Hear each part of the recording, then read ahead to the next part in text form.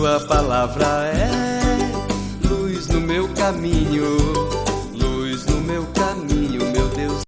Amados irmãos e irmãs, que bom te encontrar neste domingo, dia do Senhor, terceiro domingo do tempo comum. Mais uma vez, o convite é renovado. Comece o seu dia na presença daquele que está sempre conosco, Deus. Aquele que sempre nos dá palavra de ânimo, de libertação e de vida. A vida, ela é renovada cada vez que nos aproximamos de Deus, cada vez que nos colocamos à inteira disposição dele. Por isso, faça deste domingo um dia de louvor na sua vida, um dia de agradecimento e reconhecimento de uma presença eficaz e transformadora, a presença de Deus em sua vida. A liturgia da palavra de hoje vem nos trazer justamente renovar esta nossa esperança. Pois o profeta Isaías, na leitura primeira de hoje, Isaías capítulo 8, nos fala justamente da luz que vence as trevas. A tristeza, melhor, a alegria que vence a tristeza. Eis que parece que o profeta Isaías, mesmo tendo escrito em tempos remotos, parece que estava adivinhando os tempos vindouros. Infelizmente, nós ainda provamos cada dia esta realidade obscura da ausência da luz e de uma presença tão ativa das trevas. Mas no profundo, no âmago do nosso coração, esta esperança que batia o coração do profeta também bate em nosso coração. Não só bate, mas esta luz já é uma presença também em nossa vida, em nossa comunidade, em nossa igreja. O profeta Isaías fala em um tempo difícil em que o povo de Israel enfrentava a dominação dos estrangeiros, dos assírios. E eis que aqui o profeta, vendo o desespero, vendo a tristeza, a escuridão naquele lugar, ele vem trazendo uma notícia, uma palavra, uma promessa de vida. Isaías fala nesse momento apenas de uma promessa, ainda não é a concretização da mesma. Pois estava ali uma realidade caótica, uma realidade entristecida, onde as pessoas estavam dominadas pela realidade da escuridão. Mas diz o profeta, eis que a luz brilhará sobre este povo, e o povo que andava nas trevas viu uma grande luz. E esta luz veio habitar sobre eles, vencer a morte, e esta luz resplandecerá sobre este povo. Amado irmão e irmã, diante dos nossos desafios, dilemas e problemas que muitas vezes enfrentamos, nos aguardamos esta presença iluminada. Nos aguardamos esta luz que vem sempre e diz não para o mundo da escuridão e das trevas. Rezemos ao nosso bom Deus para que Ele possa iluminar todas as nossas trevas, possa sanar de nossa vida a tristeza e nos dar de volta a alegria plena.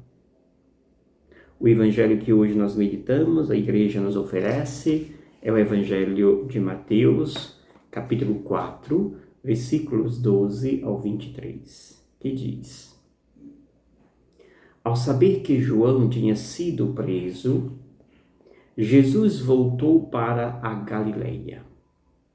Deixou Nazaré e foi morar em Cafarnaum, que fica às margens do mar da Galileia, no território de Zabulon e Neftalí, para se cumprir o que foi dito pelo profeta Isaías: terra de Zabulon, terra de Neftalí, caminho do mar, região do outro lado do Rio Jordão, Galileia dos pagãos. O povo que vivia nas trevas viu uma grande luz, e para os que viviam na região escura da morte brilhou uma luz. Daí em diante, Jesus começou a pregar dizendo: convertei-vos, porque o reino dos céus está próximo. Quando Jesus andava à beira do mar da Galileia, viu dois irmãos, Simão, chamado Pedro, e seu irmão André. Estavam lançando a rede ao mar, pois eram pescadores. Jesus disse a eles: segue-me, e eu farei de vós pescadores de homens. Segue-me, e eu farei de vós pescadores de homens. Eles imediatamente deixaram as redes e o seguiram. Caminhando um pouco mais, Jesus viu outros dois irmãos, Tiago, filho de Zebedeu, e seu irmão João. Estavam na barca com seu pai Zebedeu, consertando as redes. Jesus os chamou. Eles imediatamente deixaram a barca e o pai e o seguiram. Jesus andava por toda a Galileia, ensinando em suas sinagogas, pregando o evangelho do reino e curando todo tipo de doença e enfermidade do povo. Palavra da salvação. Glória a vós, Senhor. Estimados irmãos e irmãs, este evangelho de Mateus, digamos que ele seja esta passagem da preparação de Jesus para a missão, desta preparação para a efetivação da missão. Ou seja, Jesus parte aqui, o Evangelho coloca Jesus na preparação, no final da preparação para a missão e o início desta missão que começa com o chamado dos discípulos. A primeira parte do texto, podemos assim dividi-lo em duas partes. A primeira parte trata justamente da saída de Jesus de Nazaré para a Cafarnaum. Jesus abandona Nazaré e agora vai para Cafarnaum, a Galileia. Ali na Galileia, Cafarnaum é a região onde se concentra diversas nações, diversos povos. Especialmente se destaca o povo pagão, aqueles que não comungavam da fé judaica.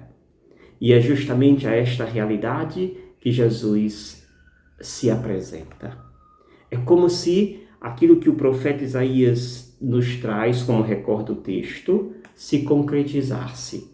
Ou seja, na região ali de Cafarnaum, na Galileia, lugar da escuridão, lugar da dúvida, ali se apresenta a luz. Ali se apresenta a alegria. Ali se apresenta a vida, que é o próprio Jesus.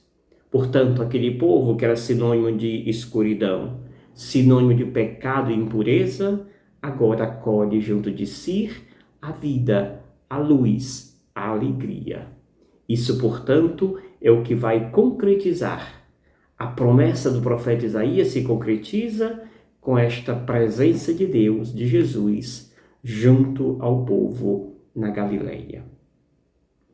E o convite que faz Jesus no início desta missão é: convertei-vos, porque o reino dos céus está próximo.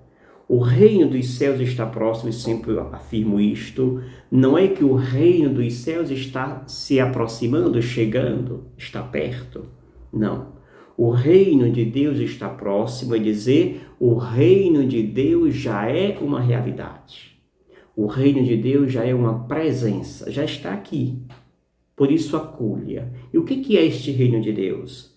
É a autoridade de Deus, acolhida por Jesus, que é Deus, apresentada sobre a humanidade. Ou seja, Jesus é a autoridade de Deus. Ele é o Deus com a autoridade divina, que agora impõe essa sua autoridade sobre os homens sobre a humanidade. Portanto, convertei-vos, porque o reino dos céus está próximo. A segunda parte última do texto mostra o lançamento da missão de Jesus. Na primeira parte, digamos que é o final da preparação da missão. A segunda parte já é a efetivação, o início desta missão de Jesus. E aqui começa justamente com o chamado desses 4 homens, 4 discípulos. No Antigo Testamento, não era o mestre que chamava os discípulos, seus discípulos. Eram os discípulos que se ofereciam para seguir o mestre. Aqui no Novo Testamento, Jesus mostra o contrário.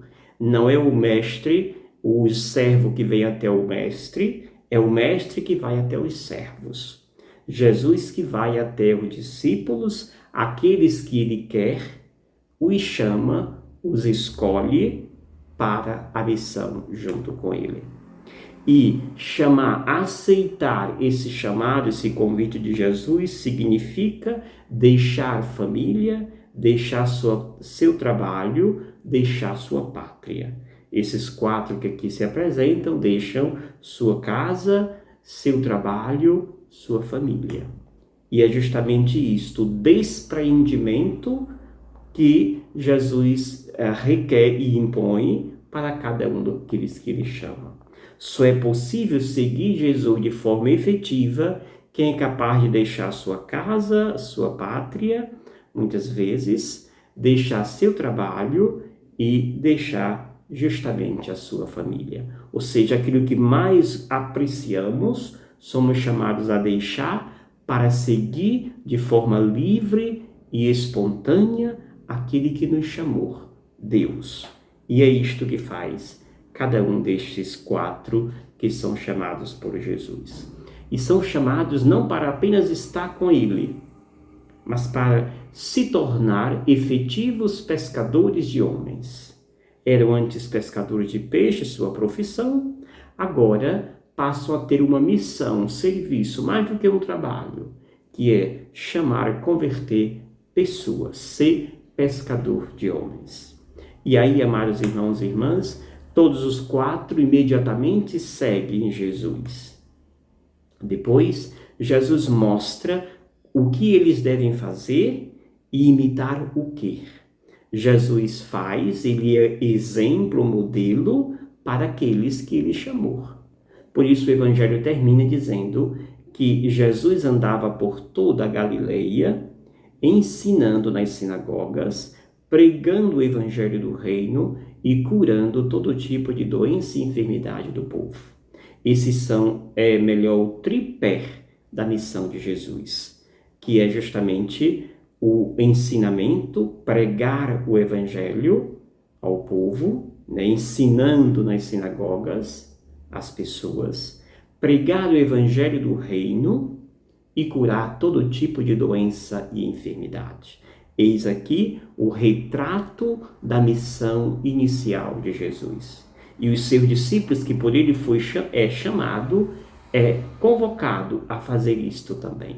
Ou seja, ensinar, pregar e curar o Santo Evangelho. Esses 3 verbos, ou estas 3 ações verbais, têm de nos acompanhar. O ensinamento, a pregação e a cura, a efetivação daquilo que falamos. Assim, caríssimos irmãos e irmãs, Paulo termina esta reflexão nos trazendo na carta aos Coríntios, 1 Coríntios capítulo 1, a partir do versículo 10, dizendo que na comunidade que tinha divisão não deve continuar tendo divisão. Mas a comunidade precisa viver a plena comunhão em Cristo Jesus. E não deve viver escolhendo quem é aquele que prega melhor. Porque nós somos cristãos não por um pregador, mas somos cristãos por Jesus Cristo. Quem morreu por nós foi Jesus Cristo, e não Paulo, não o Padre X, não o Padre Y. É Cristo. Nós vamos para a igreja não pelo Padre, mas vamos para a igreja por Jesus Cristo. Foi Ele que morreu, deu a sua vida por nós. Por isso, cuidado Às vezes, se ouve muito isto, eu vou para a igreja tal, porque lá tem o padre X que prega muito bem. Cuidado de você estar buscando um pregador em vez de um Cristo que por nós deu a vida. Ele está presente em toda a Eucaristia. Não importa quem esteja presidindo, o Cristo vai estar lá, presente na Santa Eucaristia. Por isso, diz Paulo, eu não sou de Paulo, não sou de Apolo ou de Cefas, devo ser sempre de Cristo Jesus. É Ele que deu a vida por mim, é Ele que me resgatou para a vida em Cristo Jesus. Por isso, amados irmãos e irmãs, Cristo, Ele deve ser sempre a referência e a nossa busca a cada dia da nossa caminhada e de nossa vida. Te peço sempre que você não deixe de deixar o seu like, sempre que você escutar a homilia do Padre durante a semana e aos domingos este vídeo, não esqueça de clicar embaixozinho aqui do vídeo, onde tem o dedinho positivo, clique lá. Isso vai ajudar a nossa família a crescer e não esqueça de se inscrever e pedir outras pessoas que se inscrevam no canal do Padre Gildenor. E assim o Evangelho chegará mais longe. E eu te abençoo em nome do Pai, do Filho e do Espírito Santo. Amém. Gratidão. Obrigado, Senhor, porque és meu amigo.